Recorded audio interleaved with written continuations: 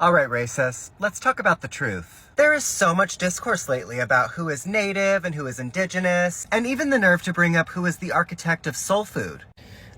And what everyone needs to understand is that Black people are the earth. Black people are the only unmutated humanity. They told you humans came from Africa like it was a migration story. But that's not the truth. The truth is, Africa is the first face of the earth. And blackness is the source of all biology. Everyone else? Genetic drift, mutational echo, survival glitches adapted to ice and exile. Let's talk origins. The Black woman is the womb of the world. Forget the Eve in the garden story. That was a stolen metaphor. The real Eve lives in the woman's mitochondria. And not just any women. Melanin-rich, thick-hipped, thick-lipped, and copper-toned. Elegant, poised, literally perfect, planet-rooted Black women. White women don't carry the full ancestral genome. Asian, Mexican, and Native women only carry fragments. Black women carry the total code. She doesn't reproduce diversity. She births the whole species. When small African offshoot groups migrated north, they weren't evolving. They were mutating, adapting to survival, not thriving. That's where lighter skin, narrow nostrils, reduced melanin, and behavioral changes began. All signs of environmental stress, not superiority. You don't get white by evolving. You get white by forgetting the sun. And that forgetting is not advancement, it's regression. The white genome contains 1 to 4% Neanderthal DNA. Let me repeat, they didn't just descend from humans. They were cavemen. Black people have 0 Neanderthal admixture. That's not a joke. That's biology. Black people are the originals. Non-Black people are the remix. The problem is, the remix decided to express its evil nature by attempting to erase the original track. Let's talk indigenous. The term indigenous was invented by settlers to decide who was native enough to be managed, named, and displaced. But indigenous is a political term, not a genetic one. And political terms can't overwrite blood memory. Being first on the continent does not make you first on the planet. However, Black people being first on the planet means they are first on every continent. The Black genome is Earth's source code. Everyone else is just running a copy of their biological operating system. The war against Black genetics is a war against humanity. Melanin isn't pigment, it's the processor. It's the molecule that translates solar energy into life. Plants have it, animals have it, humans need it. Black people have the highest concentration of it, which means Black people don't just live on Earth, they translate it. They are not just a race, they are the root species. Black isn't a color, it's the motherboard. Every other group, adaptations, mutations, and mistakes. This isn't supremacy. This is truth. Black people didn't come from Africa. Africa came from Black people. Alright guys, welcome back again to my channel. Thank you so much for stopping by, family. One thing you guys don't know about Black people is that the earth, like Black people are unmatched and undeniable. You see, these people carry this kind of aura, this kind of blessing that no other country has, even nation too. They are the ones who built America. Of course, we all know they have this supernatural, they have these gifts. Like, I don't know how to explain it, but you see, Black people, they are God choosing people. So when you think that you can discriminate, you can disrespect, you can talk straight and talk down on them, just know that they are unbothered, because they have carried a lot on this their weight and they're still standing. Okay. All right, family, just keep watching. All right, let me know what you think about this video in the comment section. Okay, and so all my Black people,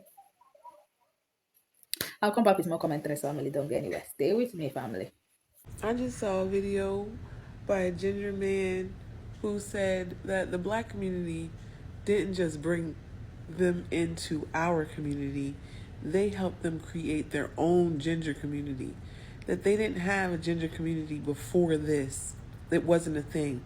And now they're connecting with all these other gingers who have similar stories to them, and they're building their own community because of Black people. And I'm sorry, I know, I love Black people, but that's the reason why. That's the reason why. And you gotta have the skeptical Black people who are not passing out invites to the cookout and warning other Black people to not pass out invites to the cookout. You gotta still have that. They gotta be part of the community, because sometimes we don't know. We're too good for our own good.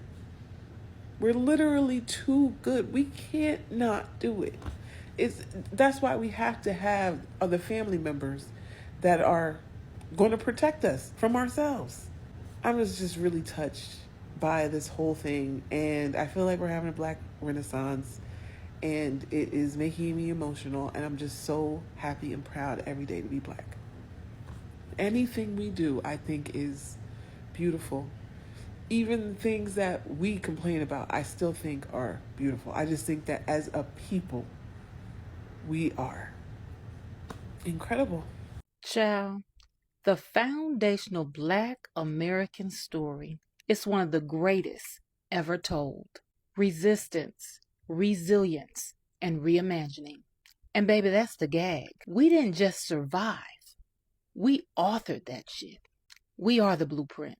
Full stop. Now here's the problem. Folks love to play in our faces with that tired ass question. Where are you from? No, really, where are you from? As if the word American only belongs to white people. Because for them to admit that we shaped this country through our own resistance and destiny, that would shatter the very foundation of their belief in white supremacy. Baby, that's why they come at us sideways. Because deep down, they can't fathom how we survived slavery, Jim Crow, and systemic oppression, and still created a culture that the whole world copies. That confusion turns into jealousy. That jealousy turns into disrespect. Let me be crystal clear. We don't need their validation. Black Americans are the blueprint because I'm American. My family is from North Carolina, mom and dad. And I can't tell you the number of times I get asked that dumbass question. Where are you from? No, really, where are you from? North Carolina. Generations deep. Because I'm not about to do Olympic level ancestry to make somebody else feel comfortable. Ain't it funny how nobody asks white Americans where they're really from? But let a Black American say I'm American, and somehow it's like the Wi-Fi cut out. The manufactured confusion. What they don't understand is our story is layered. African roots, European ancestry, not by choice. Native connections. And it all converges right here in the United States of America. That's our reality. That's our identity. And that's exactly why some of them are jealous. They can't wrap their heads around how we carried and still carry the weight of oppression and still became the cultural heartbeats of this nation. Music, fashion, innovation, style, language, and I could go on, but I'm not. We set the tone every single damn time. So the next time someone tries to play in your face and say Black folks have no culture, no values, here's the list, baby. Family, liberty, justice, God, creativity, and survival. Those are our values. That's our culture. We are who we say we are and who they wish they could be, but never will. We are American. Full stop. So here's my ask of you. Stop giving clout, likes, and comments to folks who make a living disrespecting us. Block them. Protect your peace. Because the Black American story is too sacred to let outsiders rewrite. Child, it's too much. So drink your water. Stay rooted, real, and knowledgeable. And mind your Black business. Happy Black History 365. And I'll see you next time. So I found this image on Blue Sky. This might have to be not only the wrongest thing in the world, but the most racist thing anyone's ever said ever. Besides the fact that Avatar The Last Airbender, like clearly each of the 4 nations are modeled after different Asian ethnic groups, from like Japan to like the Inuits with the water tribe and stuff like that. This is so, what do you mean black people are the fire nation? Like really? Black people are the fire nation? And then they try to hide this opinion within, like, I read somewhere online. No, you didn't. No one's ever said that. Why would black people be analogous to Imperial Japan? This isn't to say, obviously, that black people can't do an imperialism. Everyone can do an imperialism. But just looking at the text of Avatar's The Last Airbender, you're gonna say the niggas started the 100-Year War? The niggas did the genocide of the Earth nomads? That was us? Like, I don't know. Like, literally, this just feels to me just like, yeah, black people, they always doing fires, uncontrollable, just wild with the flames. I, at a certain point, would rather just be called a slur than this, because I'm gonna tell you like my grandma told me. It's because we like ourselves. It's because we like ourselves. They cannot do anything to us to take away our joy. They can't do anything to us to take away our confidence. They can't do anything to us that makes us feel like we're not going to make it through. We know we're going to make it through because our ancestors did. Anything that you could do to a group of people have been done to us. And because we know that, because we know our ancestors survived much worse, we know that we can. They sang during the worst of times, so we can sing now. They laughed during that. We can laugh now. We like ourselves. And that's, if other groups of people, if they had to go through what we go through, they would not make it. And they know that. So they don't understand why we do. They don't understand how we can still laugh through all of this pain and turmoil. All the jokes that we made about how every day the world's falling apart, and here we are skating and double dutch and playing spades and line dancing and having a good time. They don't understand how that's happening. You see the farmers out there in Kentucky or Nebraska, wherever, they are having a horrible time, and their suicide rates are 3 times the national average right now, because they can't take it. They cannot take what we can take. Not only can we take it, not only can we endure, we can also be happy while we're doing it. We can find joy while we're doing it. That's why black people always will be like, we don't take anything seriously. Or we make a joke out of everything. In every situation, we make a joke because we know how to have joy. We figured out that life is about having fun. And people will look at that and they hate it. They hate it. They say that we're lazy. They say that we are, uneducated and stupid and everything. Childish, immature. But the truth is they are jealous. They're jealous because if what had happened to us happened to them, they would not be as happy as we are. They would not have figured out a way to still have joy. And they hate us for it. They hate us that they cannot do anything to us to rob us of that joy. And you know why? It's because they didn't give it to us. So they can't take it away. I don't know what dark-skinned girl needs to hear this. We were literally meant to be exotic, meant to have the nice big bold eyebrows, 2017 makeup, bangs like Nicki, inches, the weaves. Y'all like stop forgetting where we started, because y'all are on here like, oh my gosh, people are trying to cosplay us, this, that. No, y'all literally hopped over and said, you know what, we're gonna do the soft girl lifestyle. All the soft girl lifestyle got y'all was French tips and leave out, and now evidently we're trying to figure out what's next. Let's go back to when things were trending and they kept trending and they kept trending. Highlight, the weaves, the bangs, heavy makeup.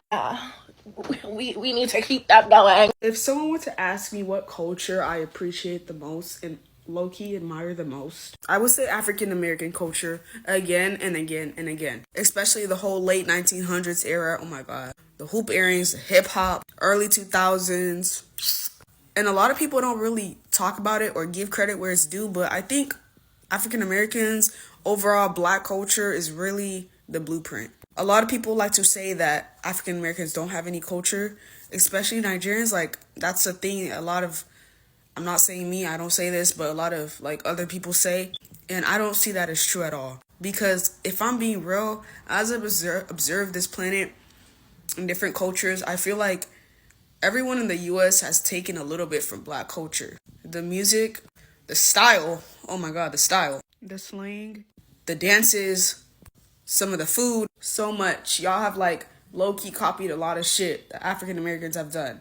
Everyone is low-key inspired by African Americans. And yeah, a lot of people are quick to say they have no culture. Yes, I get there are problems within the African American community that need to be solved. But let's be real, when y'all are doing all those little TikTok dances and all singing to all the rap songs, the music, the YB, y'all are inspired. Let's just keep it a buck. All these people, y'all know who I'm talking about, saying the N-word constantly.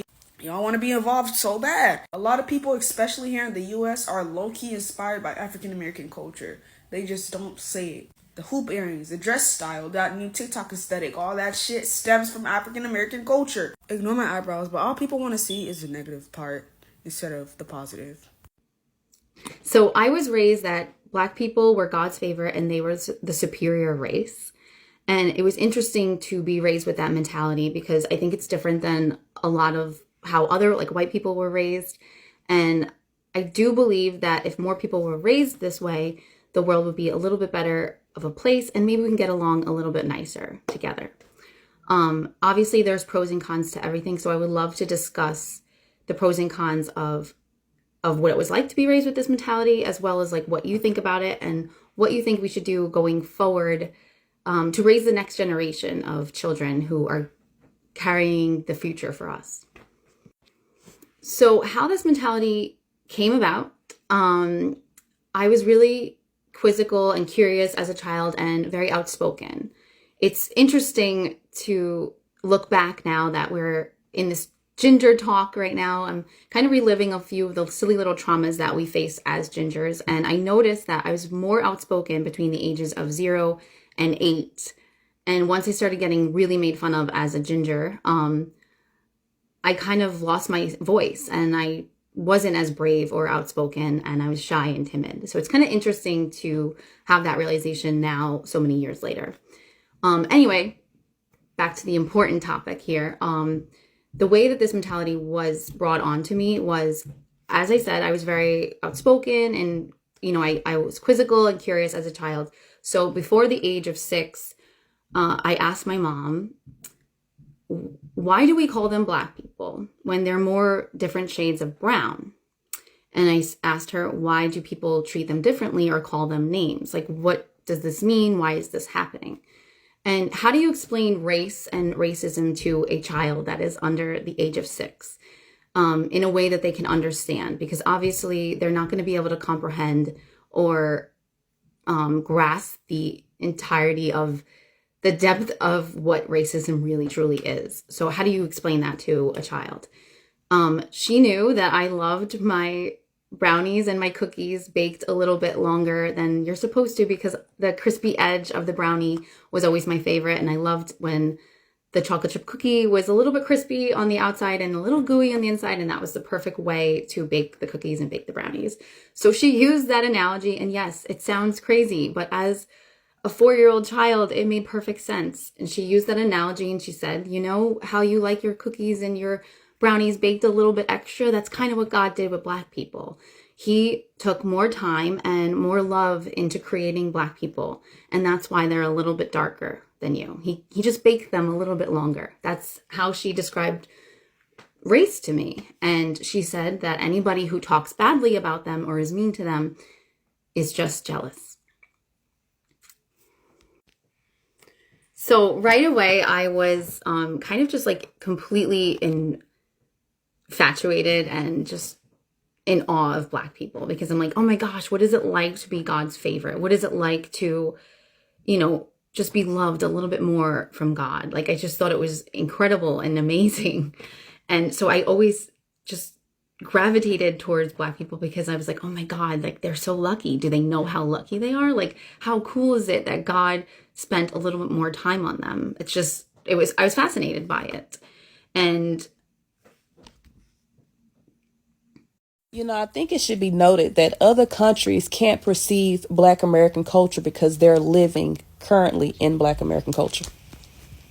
Like, let's just be real. Our influence is strong as fuck. So strong that you even got other cultures that have created genres that directly come from Black America. Almost every other country got a rap genre and an R&B genre. That is Black American.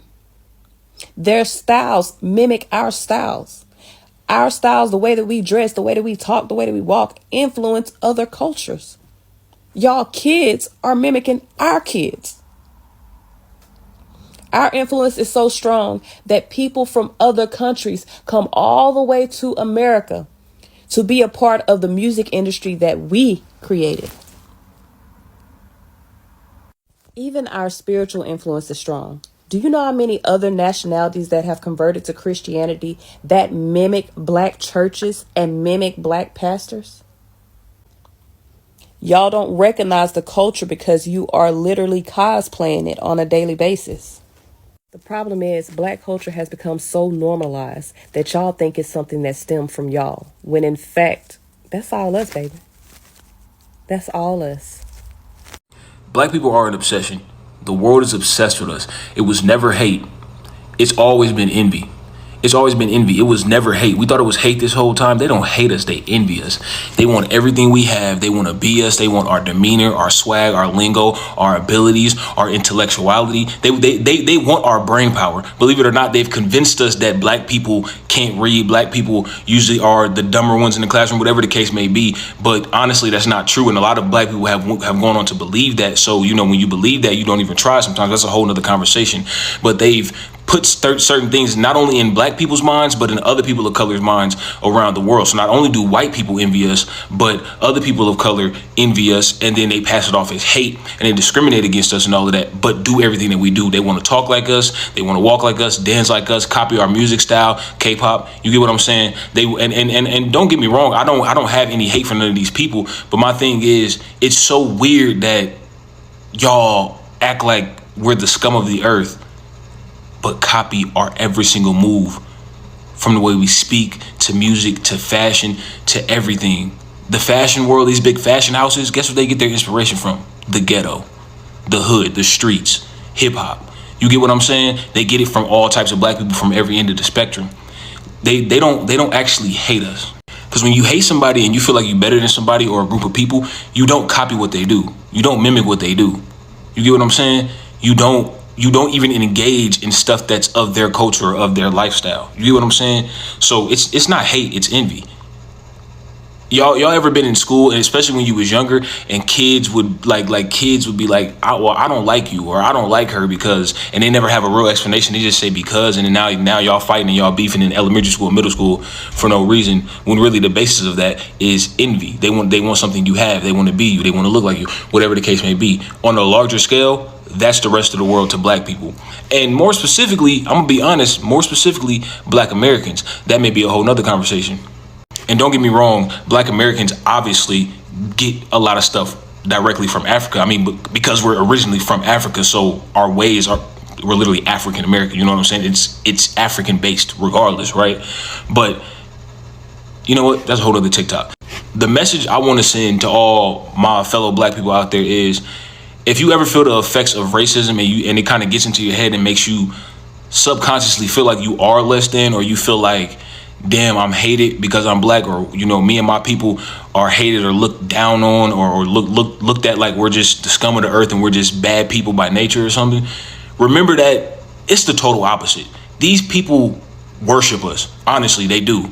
They fake like they don't. They pretend like they hate us, but they copy everything we do. They worship us. They want to be us. We lead them. We lead the pack. We lead the trend in everything. You get what I'm saying? So remember to walk with your head high. I'm not trying to get deep in all that, but to be honest, I need y'all to remember to walk with your head high as a Black person, because you literally are what everybody wants to be. You get what I'm saying? And the proof is online. The proof is out in the world. The proof is in everyday life. I'm not just making this shit up. They want to be us. So don't let them get in your head and make them think that they think they're better than you. Because they don't think that, they know they're not better than you, but they want you to think that, so you don't know who you are and what you have and what we are as Black people. You get what I'm saying? What's so hard about understanding that Black Americans have over 400 years of history and culture? Black Americans have no culture, yet we're the backbone of this app. Black Americans have no culture, but our global impact is so large and expansive that AAVE is essentially everywhere. I don't know where I come from, but I could trace back 5-6 generations of my family that were all born in the United States of America. My ancestors built a whole country and created new traditions and dishes and ways of life out of necessity. And our creativeness is why we have the biggest global impact of any other group of people in the world. It's really sad to see the lack of empathy and understanding.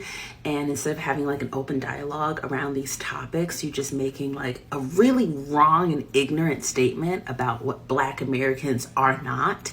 And instead, because you could have had celebration and pride for the Black American people, this is the same person who made the two of their biggest hits by sampling Black American women.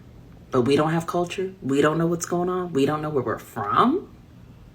And it's the same of a Black British female actor, singer, entertainer who stays all up and through booking herself in Black American roles that has the same mindset of thinking that, oh, those poor Black Americans, they don't know where they're from. Get out then. How about go back across the pond? And it's just ignorance and a lack of like exposure and education, because if they would take 2 seconds to really get to the root of why they think about it this way and why they're unable to have empathy and understanding of our very unique experience, like they just want to continue to project onto us and make it our fault for the things that have happened to us instead of thinking about the oppressor. Make it make sense. I mean, y'all, it's 2023. Like, are we learning anything? Because when I think of the American person, outside of like my indigenous roots, outside of indigenous people to America, like I think of me. I think of all-American person, the all-American girl, the girl next door. I think of myself. Because like I said before, like I know that my mom was born here and her mom was born here and her mom was born here and her mom was born here. I don't really meet too many people that are from here. You know, my grandmother came here from Sicily. My father's father came here from the Ukraine. My great-great-grandmother's from Britain. So the girl next door and the Becky with the blonde hair and the blue eyes, it's not really giving all American. I mean, to come for the people who literally are the backbone of this app that I'm sitting on talking to you today, and honestly, any app that exists, it's blasphemous to say we have no culture. And I suggest that fake ass apology that was given, oh, we're trying to keep ourselves divided. No, you're trying to keep Black Americans divided from the global majority by coming out this angle, the side of your neck, to say some foolishness. It's just disappointing, but not surprising. And then why aren't y'all coming for the Caribbean folk? Caribbean people are in the same boat as we are. They were dropped off at a different stop. Better climate, in my opinion. But it's the same story. It's the same thing. Where's the pride in Black Americans? That's what we need. We need more pride. The irony of calling Black people culture vultures. How are we culture vultures when we started culture itself? The entire world wants to be like us. The entire world wants to be us. Let's get that straight. All right. We are the chosen people, the chosen race. We are the beginning of all time and creation. It boils down to we are the seed of the Almighty God, or whatever name you refer to him as. We can never be culture vultures. Deals for me. All right. I'm not going to deal with you at all. Bye. I look at all these beautiful indigenous peoples across the world and the ways in which their cultures and their lands have been attempted to be stolen and taken and successfully been stolen and taken, etc. And then I think about us, Black Americans, and how so many of us don't understand that we are special. And something that is so uniquely special to us that we see all the time is our innovation, our ability to create. And I don't think folks understand that we've had to create our culture. We are a new people. Do you know that? We are a version of indigeneity that, to my knowledge, the world has never seen before. We have had to form our indigeneity within us because we weren't given the option or the opportunity to form it in the land. We had to be the land. We have had to be the soil. It has grown directly from us.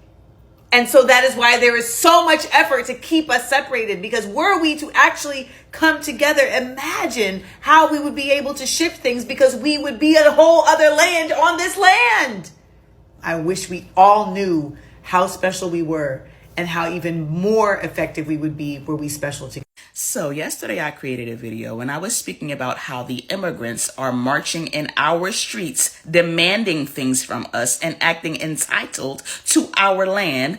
And now I have a bunch of lice babies in my comment section saying, your land? This is not your land. Your land is in Africa. This land belongs to the natives. You better be careful because Trump is going to come after you people next and you're going to have to leave. So I just wanted to come and point out a couple of facts because I see you people lack knowledge. You're not that educated, so I'm here to teach you. I'm going to tell you about a few of just 3 of the black towns, the successful, thriving black towns that were destroyed by angry white mobs. Let's start here. Before Central Park was created, the landscape along what is now the park's perimeter from West 82nd to West 89th Street was the site of Seneca Village, a community of predominantly black Americans, many of whom owned property. Seneca Village was established in 1825. 1825. The village was formed when landowners John and Elizabeth Whitehead subdivided their land and sold it as 200 lots, primarily to free black residents. Free black residents in 1825, but slavery didn't end until 1863. So if there were free black residents in 1825, that means that they were not enslaved. Free black residents. So they were not slaves, which means they had to be natives to this land because according to you, all the black people came here on ships from Africa to be slaves. So if there were black people here building and living, they were not slaves, which means they are native. Now let's talk about the Wilmington Massacre. The Wilmington Insurrection of 1898, also known as the Wilmington Massacre of 1898, was a municipal level coup and a massacre that was carried out by white supremacists in Wilmington, North Carolina, United States on Thursday, November 10th, 1898. In 1860, just before the American Civil War, before slavery ended, Wilmington was the state's largest city with a population of nearly 10,000, most of whom were black. So they had a population of 10,000, mostly of who were black before slavery ended, which means they were freedmen, which means they were not slaves, which means they were Native American, the true Indians. Now, last but most certainly not least, let's talk about Tulsa, Oklahoma, the one that we're most familiar with, Black Wall Street. The foundations of the Greenwood District and Black Wall Street were built in the 1830s when African Americans first migrated to Oklahoma. But let's look at why these Black Americans migrated to Oklahoma. The Indian Removal Act and Trail of Tears. The Indian Removal Act of 1830, signed by President Andrew Jackson, forced Native American tribes to relocate from their southeastern homelands to Indian Territory, present-day Oklahoma. The forced migration of Native American tribes, including those with enslaved people to Indian Territory in the 1830s and 1840s, set the stage for the later development of Black Wall Street. They're trying to say it happened later, but no, I just showed you something that said that the land started to be established. Black Wall Street started to be built in 1830 when the Indians were forced to go to Oklahoma. We are the Indians. In 1830, slavery was not over, which means we were the Native Americans. And this is why they're trying to destroy our history. Because if they don't destroy our history and erase it, then we will be smart enough to do our research, and then we will realize, hold on, we were building these towns before slavery was over, which means we could not have been the slaves. They don't want us to know that all of us weren't slaves, so they're trying to whitewash our history, and we don't even care. We're okay with not knowing who we are. We're okay with sending our children to school and allowing the white man, the oppressors, to teach us who we are and teach us their history, because like I said, we don't care, and it's time for us to wake up. We are the Native Americans. We are the Indians, which means this is our land. Black power forever. I'm Black American. I don't give a fuck what you're talking about. The proof is in the pudding. Black and American. Them nails y'all be putting on, them earrings y'all be putting on, the way y'all put y'all clothes on, the sleigh, that's me and my people. So I don't give a fuck what you talking about. No. The earth. We're all that and the whole earth. That's why we look like the earth. Y'all don't know if y'all more mad that we're waking up, that your forefathers and foremothers have tried to destiny swap, aka destiny swap with our ancestors, and we're now waking up to it and reclaiming our ancestors' land, aka our land, because we are our ancestors. Y'all don't know if y'all are more mad about that or mad that we're not pretending like we can't fucking see it no more. So we is all that, baby. That's why the little two-step, the little hee-hee y'all be doing with the feathers on your head, y'all get that from us. We the best two-steppers there is. Y'all don't make up line dances. Where y'all thinking all that came from? So you should be asking your people about Siberia. You should be asking your people why they lied to you. You should be asking your people about where the fuck y'all actually came from, because y'all don't even look like the earth, period. I said what I said. Huh? What? While everybody is talking about the world ending and the United States crumbling, I need you to remember our history. I need you to remember that the Harlem Renaissance happened at the same time as the Great Depression. Go get a hobby. Go write a poem. Go play the piano. Go sing a song. Start rapping. I don't know. Lean into the arts. Look at your skin and remember who you are. Black women are the nicest people on this planet, and you cannot convince me otherwise. You just can't. And I'm saying this as an African woman born in Africa that ended up being raised by a black woman. I was going to the daycare center where this black woman worked, and I had revealed to her as a kid that I was being essayed, right? Not only did she report it, but when they ended up taking me from that relative that was doing not so good things to me, that black woman that reported it also took me in and took care of me for the past 21, 22 years of my life before she passed away. And that was a woman who didn't know me. I just happened to, my cousin was best friends with her daughter, and then I also started going to her daycare. But we weren't related or anything like that, but I was a child in need, and she took me in, and I feel like that's just the nature of black women. They're nurturing, they're kind, they're loving. They're everything that the internet tries to make it seem like they're not. But we all know that they are. Black women. This comment is spot on, because they definitely want to be us.